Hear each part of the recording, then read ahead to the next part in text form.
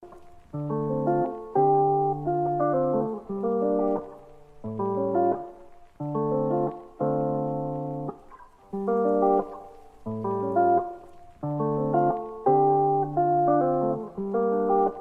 is for all the anti-black white conservatives. Anti-black talking points are still anti-black when they're coming from black people. I know. Like, you can still be anti-black as a black person. I know, another shocker.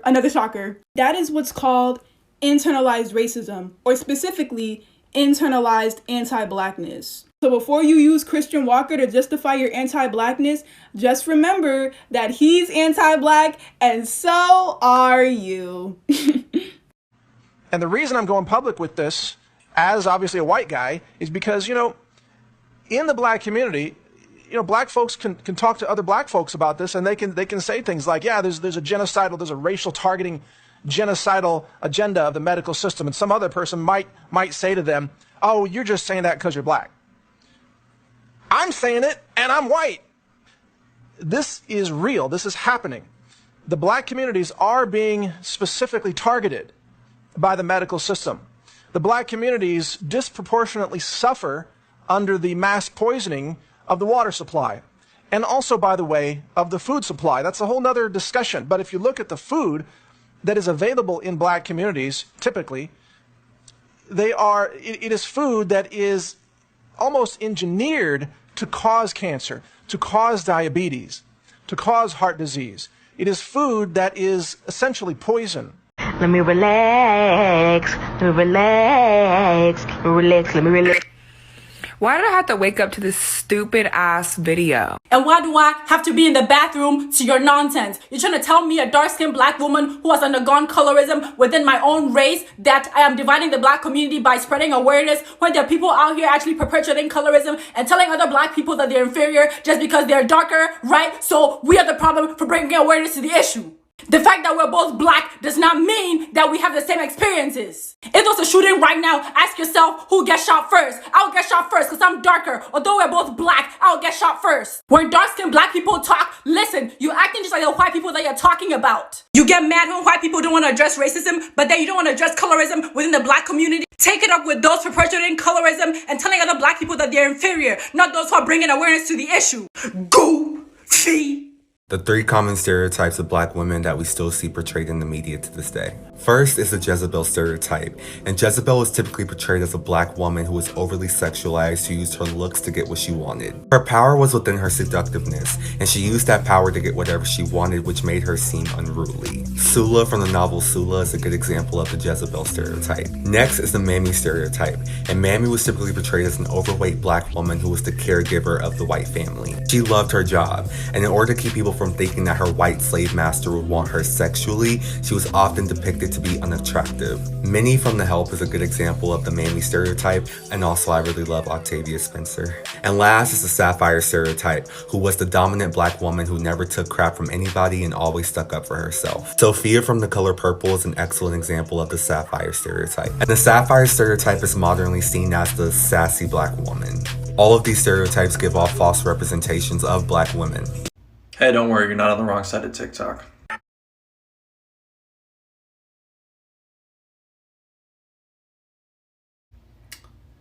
There's just always so much room for hatred for black women on this app, and I'm frankly fucking tired of it. But I want to give you context as to what this guy's account looked like before he made this video. If you didn't see, that video had 67,000 likes. Here's how much love he got on his previous content.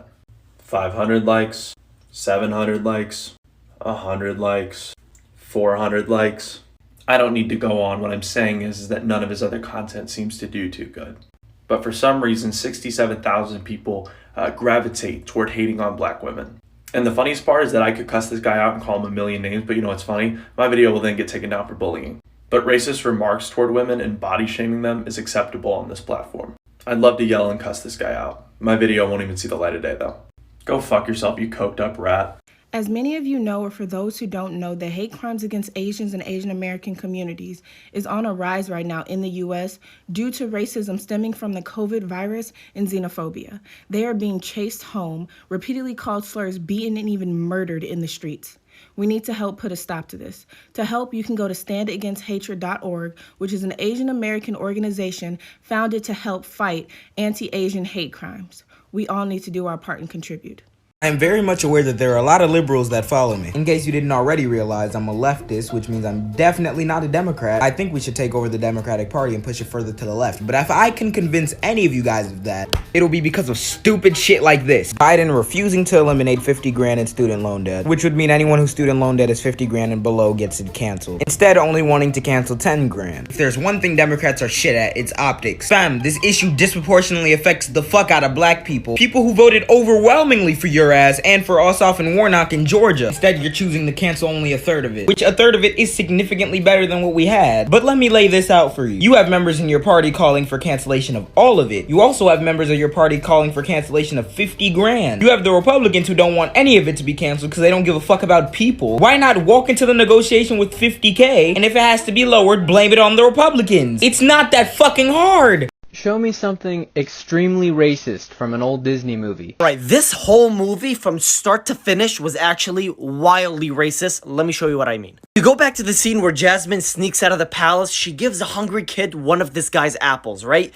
He grabs her hand, accuses her of stealing, and was prepared to hack her fucking hand off in the middle of the street. No trial, no nothing. Not only was this inaccurate, but this would never happen, especially not for stealing something like an apple. And then you look at this guy's table, there's literal hack marks. She's not the first person. This guy has been hacking hands away all year. Not only that, but all of the bad guys in this movie had huge ethnic noses, while all of the good guys like Jasmine and Aladdin had nice, beautiful European features. And till this day, I still can't tell what culture this movie is supposed to be centered around. They literally mashed Arabic culture, Indian culture, Turkish culture, and many others because the writers of this film still can't differentiate between people living in the East. Oh, hey, Kyle. My name's LaQuisha, but, you can call me Elle. Did you just call me a porch monkey? Kyle, stop! You're so funny! Brandon, did you just say the N-word? No, you're not allowed to say that. I give you the pass, it's fine. No, Stacy, I really just think black people just need to get over slavery. Like, I've gotten over it. I don't believe white privilege is a thing. Like, y'all have the same opportunities as us. It's not my fault that the rest of the black people aren't hard workers. Hey, you like my new shirt? Yeah, it says all lives matter. Because they do. Emily, did you just call me a coon? You know what? Go over there with your blue-haired liberal friends. What happened on January 6th was Donald Trump's fault. So you believe he incited insurrection? Yes. So you think he's guilty? Yes. So you'll indict him? Hell no. But why? I'm not some polarized and liberal who's about to hold someone accountable. That's not my job. So you don't think he's guilty, or?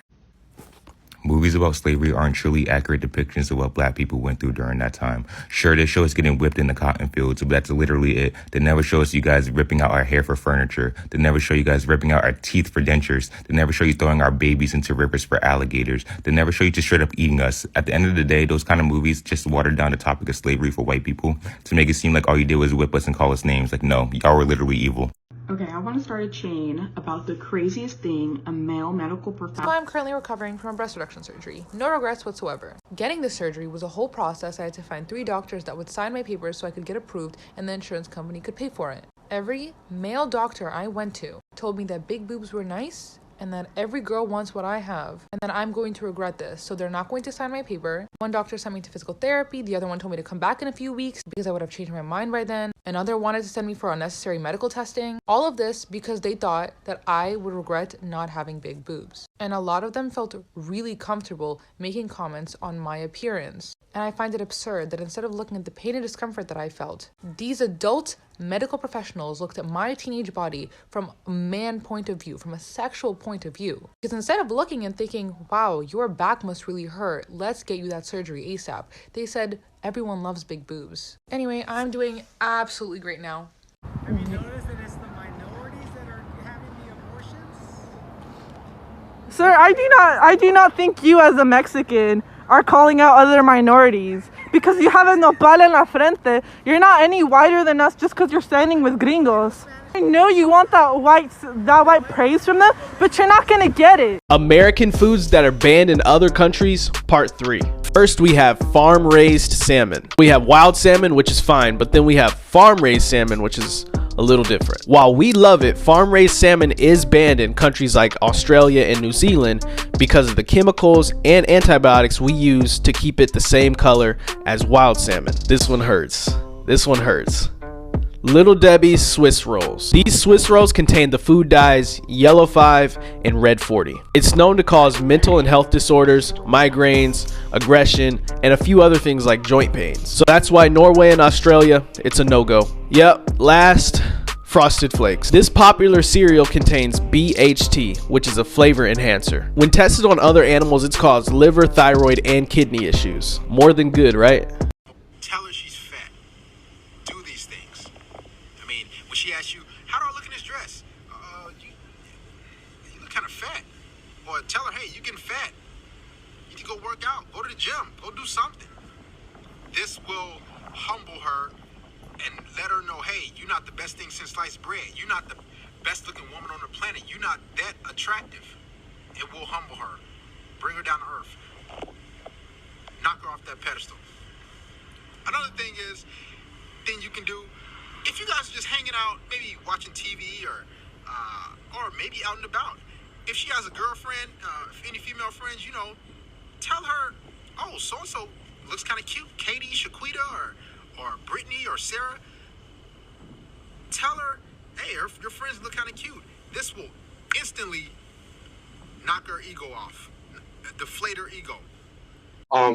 I from Syracuse, New York, where I was a little gangster. I stabbed someone.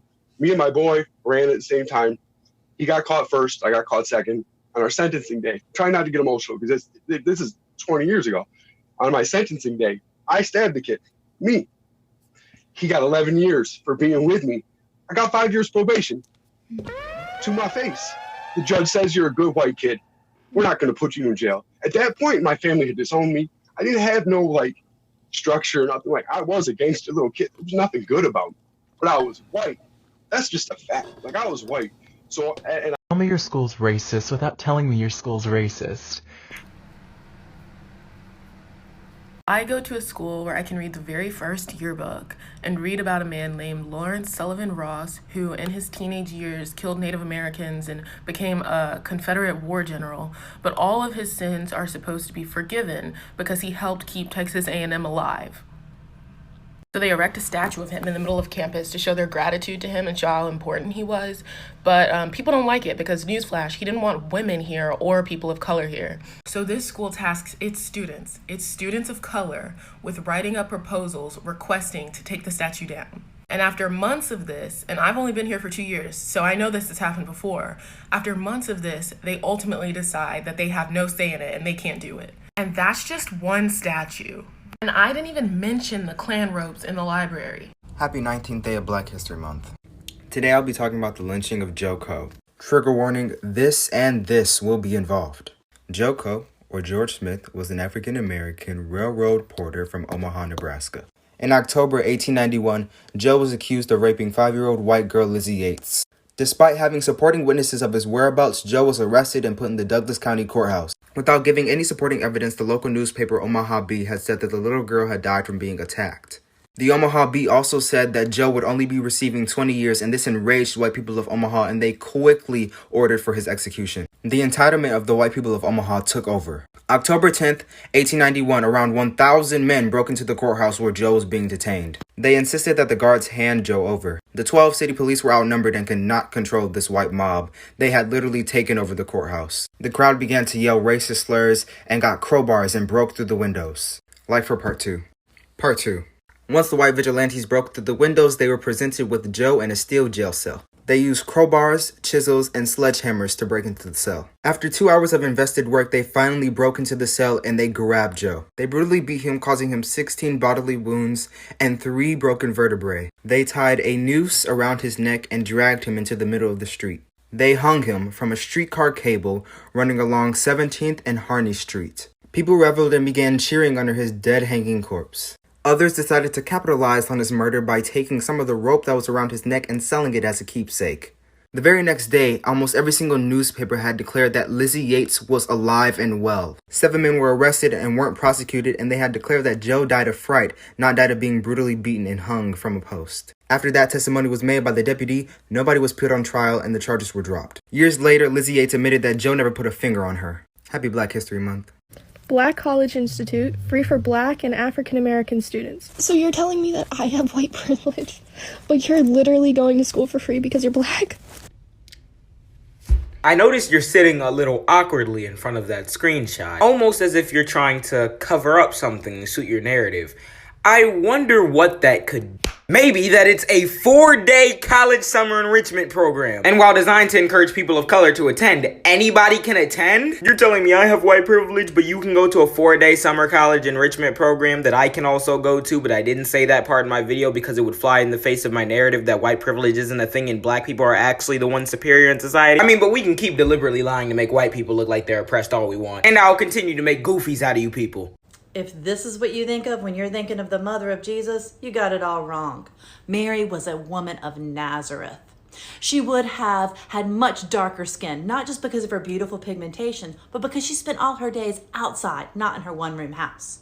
She would have had her fingertips and toes dyed red with henna, and not a white dress, but one in the tribal patterns of her family. She wouldn't have worn a veil, except when she prayed and traveled, but wearing a hair wrap or net. And she would have had rings on her fingers and toes and bracelets and jewelry, even anklets that shimmered and jingled when she walked. And she would have had a nose ring. Not like that. That's better. That's a nose ring. She would have been wise to know how to use all of the things that grew around her village, both for food and for medicine. And she would have handled all of her family finances, because the women of the house were the ones that traded and bartered and kept the family going. Mary, the mother of Jesus, was a nomad, a traveler. Notice how girls mature faster is never stated as a reason why girls should be given more position of power and authority. It only works to hold girls to greater accountability than boys and to justify men's attraction to them. If you're confused about this Rush Limbaugh person, he's a racist male monkey motherfucker who died today. So I thought in celebration of his death, let's read some of his fucking quotes. This quote's about women protesting due to sexual assault and stuff. They're out there protesting what they wish would happen to them sometimes. When a gay person turns his back on you, it's anything but an insult, it's an invitation. I'm gonna let you guess the context of this next quote. They are 12% of the population. Who the hell cares? The NFL all too often looks like a game between Bloods and the Crips without any weapons. There, I said it. Columbus saved the Indians from themselves. There is no conclusive proof that nicotine is addictive. Feminism was established so as to allow unattractive women access to the mainstream of society. Women should not be allowed on juries where the accused is a stud. The NAACP should have riot rehearsal. They should get a liquor store and practice robberies. And those are just some of the reasons why I'm hooting and hollering at this guy's death. Let's do it. So let's talk about why American healthcare is so outrageously expensive. Did you know that medical debt is the #1 cause of bankruptcy in the United States? The fact is, we're the only industrialized nation in the entire world that doesn't provide socialized or universal healthcare. But despite what politicians who are funded by private insurance companies might tell you, American healthcare is not a free market. You may have noticed that it's actually impossible to find out what your healthcare will cost before you get it, which makes it impossible to negotiate or comparison shop. Your healthcare cost is actually determined in a negotiation between your insurance company and your healthcare provider, both of which are for-profit organizations with no competition, transparency, or incentive to make healthcare affordable. And that's because the foundation of privatized healthcare is that people are willing to pay literally any amount of money to not die, so providers of medical services can charge literally any amount of money. For the simple reason that healthcare is obviously not a commodity, it's a basic human right, and arguably one of the most fundamental. Now in countries that do have socialized healthcare, prices are low because the government is the only reliable buyer of medical services, and they negotiate with hospitals and pharmaceutical companies who do actually have to compete to provide the lowest cost at the highest quality. But at least the quality of healthcare in the US is super high because of how expensive it is, right? No. America has the worst healthcare outcomes among all high-income industrialized nations. We are dead last in almost every single metric, and that's the biggest reason healthcare is so expensive. But there are other interesting reasons. Check out part 2. I'm an American that lives in a castle in Europe. See? Castle wall behind me, Portugal to be exact. I've actually lived all over the world, including Southeast Asia, spent a lot of time in Canada and different European countries, and I have, of course, lived in the United States. I am not a rich person, but you do not need a lot of money to leave America. It literally cost me a lot less to live in this castle than it did to live in the hood in places like Niagara Falls and Tampa. This idea that the United States is the only free country on the planet is ridiculous. And if I were being honest, I can say that I have absolutely felt more free and had more options and more choices outside of the US. I literally had to leave home to find the American dream, which I have obtained here. I own a business. I live in obviously a beautiful place. I don't hate the US, but I do absolutely love life outside of it. I'm seeing a ton of TikToks on my For You page about anti-Asianness within the Black community and vice versa, and I think we need to sit down and talk about this. So literally just 50 years ago, the American government had the Chinese Exclusion Act where they didn't allow Asian laborers to come over. When they finally rescinded this ban, they only let the top high-skilled, high-income people from Asia to immigrate over to the US. And they did that to create the model minority myth, which essentially is that Asians are the model minority and they have the highest average income, they're successful within America. So when Black and Indigenous populations are like, hey, American government, what about us? They will be like, look at the Asians, they're doing well and they're also minorities. Why can't you be more like them? So in selectively allowing only high-income Asians to come over to America, they created the disparity between minorities to show people that minorities can be successful, they're not racist. And in that, they successfully pitted minority groups against each other. So, let's remember who the real enemy is. Hi, I'm Cam, and this is the El Paso Walmart shooting. On August 3rd, 2019, a gunman entered an El Paso Walmart, killing 23 people and injuring 23 more. This act of domestic terrorism has been described as the deadliest attack on Latinos in recent U.S. history. A 23rd victim died after spending 9 months in the hospital. The gunman entered the building at 10:40 a.m. carrying a semi-automatic rifle. 61-year-old Jorge Garcia was shot while raising funds for his granddaughter's soccer team. 90-year-old Luis Suarez was killed and his wife was injured. They had been married for 70 years. 15-year-old Javier Rodriguez, a student at Horizon High School, was shot and killed. 24-year-old Jordan Anchondo was killed while holding a 2-month-old son. A manifesto titled The Inconvenient Truth was published on 8chan 20 minutes before the shooting that revealed the man's name and gun he would use. The manifesto was anti-Hispanic and anti-immigration, promoting white nationalism and far-right ideologies. It also included language similar to what was used by President Donald Trump when he spoke about immigration. The gunman was later identified as 21-year-old Patrick Crucius. Patrick lived in Allen, Texas, 650 miles from El Paso. During his interrogation, Patrick said he was targeting Mexicans. February 6, 2020, Patrick was charged with 90 federal charges. Maybe you don't have to go to the zoo after all. It looks like there are wild animals right here. Okay, it reminds me of when I was in the 1st grade, and like, this is when Kung Fu Panda came out, and I used to love the monkey. Hold on. And we were on the monkey bars, and I was swinging like crazy, like I was going stupid, just like the monkey did when they were training in Kung Fu Panda, and all the kids were like, whoa, you're so awesome, you're so cool. And I'm in this bitch like, thanks guys, you guys should just call me the monkey from now on. You guys should just call me the monkey. And the teacher was like, no, don't call him like, monkey. Monkey.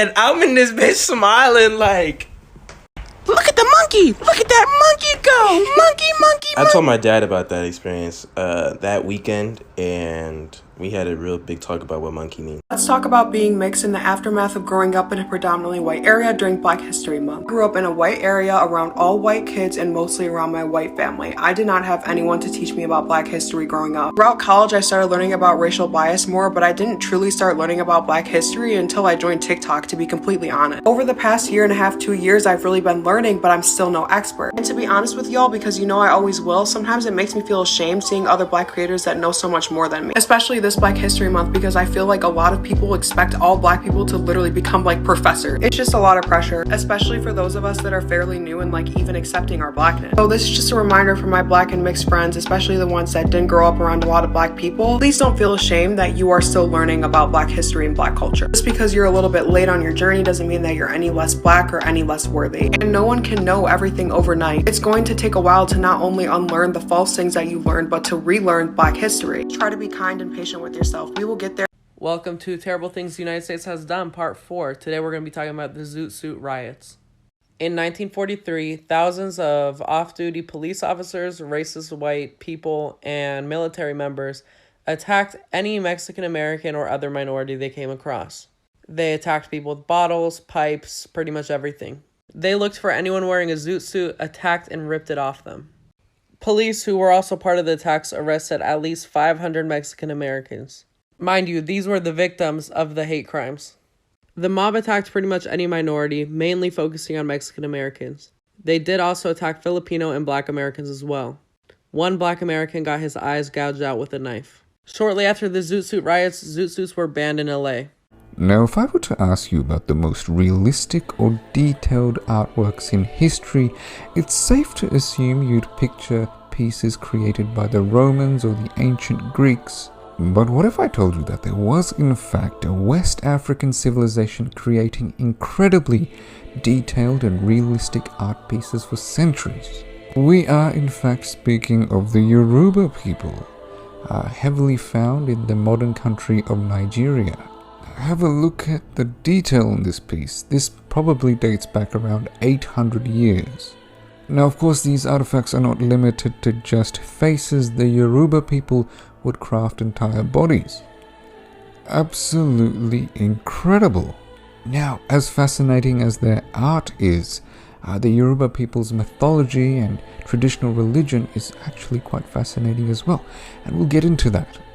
A man cannot procreate with a man, and the Bible says to be fruitful and multiply, meaning it is going against what God wants to be with the same sex. And even without God in the equation, it is just common sense. You can't procreate with a man naturally. Therefore, it is against our very nature to be with the same sex. How is this even? Yeah, no, stop. Your reasoning is very flawed. One could argue that homosexuality actually is natural, but it doesn't matter because we don't determine if things are good or bad based on whether or not they're natural. We do unnatural things in our everyday life, and then even among some animal species, cannibalism is considered natural, but it doesn't mean it's a good thing. Using this be fruitful and multiply scripture rests on the premise that having children is a requirement from God. So you would also have to argue that choosing not to have children or being infertile is a sin. But welcome back to African American History with uppercase J. Today I wanted to show you guys this denture. So what's really, I guess, unique about this denture is that it belonged to the first president of the United States. So George Washington was not the very first president of the United States, but I'll talk about that in another video. So his denture, it actually has teeth from enslaved African Americans, and although they were not forcibly taken from them, he did pay them. But things like this make you wonder if Black people were so disgusting and unsightly and just not pleasable to the eyes for white people, how could one want to rip their teeth from the gums of their mouth with flesh and blood, attach it to a piece like this, and then put it in their mouth? Things to make you say, You got an ad puzzle to do. Let me show you how to get the answer. First, you go to this site, adpuzz.ninja, alright? Then, you put in your school name and your school city, and you click search. Once you got that, you go to the ad puzzle. You copy this, put it into here, and then here you put in your teacher's name, how many questions there are, and then you search it. Then you click on your quiz, and it's going to give you all the questions, and then the answers. To prove this isn't fake, this is my first question. One of the world's first cities were built entirely out of mud or stone, and an ad puzzle, first question, then gives me the answer, mud. Go here, mud, submit. Bam, right, every time. Elon Musk is not Tony Stark. This right here, this is propaganda. Elon Musk's public profile has been manufactured. It's crazy how many people think he's the hardest working man in the world because he says over and over again in interviews that he's the hardest working man in the world. Do y'all really think Tesla is just this one guy who's so much smarter than every other engineer on Earth? He's just on a different level of brain power, thinking up the designs of the future like Minecraft cars. No, that's not how production works. Tesla has teams of genius engineers working their butts off, while Elon Musk blocks them from unionizing, which he's able to do because he navigated his way to the top of the company using money his dad made in an emerald apartheid mine. That's what I call genius innovation, pulling yourself up by your bootstraps. If Elon Musk and the free market are so great for innovation, why do they need so many contracts with NASA, a publicly owned institution that has to hand their innovations over to SpaceX because Elon Musk put in the hard work of lobbying the government with millions of dollars? Nationalize Tesla and fund NASA. Do you ever wonder why it seems like billionaires have suddenly become outrageously powerful political figures? Why Congress was able to pass a $2 trillion tax cut for the ultra wealthy in 2 months, but they're still still haggling over how many hundreds of dollars we're allowed to have during the worst economic and health nightmare in modern history? Does it seem like all of this got dramatically worse in the last decade? Well, that's because it did, and it all stems from a single Supreme Court ruling that you've probably heard of called Citizens United. About 114 years ago, they realized that letting corporations and banks spend unlimited amounts of money on political campaigns was obviously bribery. So Theodore Roosevelt passed the Tillman Act of 1907, which outlawed it. Then more laws were passed limiting donations and requiring disclosures, especially after Richard Nixon was caught getting unmarked suitcases of cash. And by 2010, the rules were that the maximum any individual was allowed to give a candidate was up to $2,700 or $5,000 if it came from an outside group. The idea being that you and any billionaire could only give $2,700 to a candidate, thereby equalizing the influence you both could potentially have in politics. But then, on January 21st, 2010, the Supreme Court ruled in Citizens United that restricting donation amounts was actually a violation of free speech. Oh, and also that corporations and political groups had a right to that specific kind of free speech, but individual people did not have that same right because it could lead to corruption. And I'm going to explain exactly what that means in part 2, which is of how billionaires ruin politics, and I'm going to recap Citizens United. Now, individuals were still limited to $2,700 in direct campaign contributions, but corporations and outside groups had no limits on indirect campaign contributions, which just means that the money can't go directly to a candidate. But it can go to an organization called a super PAC, which is created to explicitly benefit and support a political issue or a candidate. And it's allowed to do almost everything that a campaign is allowed to do, like run TV ads, canvass and call voters, hold public rallies, compile mailing lists, do research. They can even pay people to work on a dedicated campaign for or against a candidate. The only real legal stipulation is that super PACs cannot directly coordinate with the campaign that they're in support of, but they can be run by former members of that campaign who are in direct contact with the candidate. The 2008 presidential race was the most expensive in US history, and outside groups accounted for about $143 million. In 2020, those outside groups accounted for $3 billion. Oh, and it's also probably impossible to change this in our lifetime because it would require a constitutional amendment, which requires a 2/3 vote of both congressional houses. Or another Supreme Court decision, which is currently at a 6-3 conservative majority, which is more conservative than it was when Citizens United was passed. So billionaires can spend unlimited amounts of money in support of a candidate who then passes laws that directly benefit those billionaires, and there's nothing we can do about it. Okay, so like literally, I just am like really struggling because like, as a blonde, like, literally everyone's trying to like be me and like be fake and like I know because they're like dyeing their hair. No, I know, literally, and literally like cultural appropriation. No, that's what I'm saying because it's like so hard to be blonde. I literally can't wear pink without people calling me a Barbie or like saying that. It's literally that's like, so fucking. I'm so sorry. I'm naturally brunette, so I don't know what you're going through. I can't ever like pretend that I know, but I see you and I hear you and I stand with you. No, because like literally people were saying that I was the beauty standard. What does that even mean? I know, because I know what you mean, because I have blue eyes, and everyone like wears like blue eye contacts, you know what I mean? Yeah, like, it's literally cultural appropriation. It's cultural appropriation. Literally. My culture's not a costume. I swear, because it's always those like people, like it's like it's people of color. No, it's literally always the same one. It's literally always like I didn't want to say anything, but like no, since I already said it, like it's always like it's always people of color.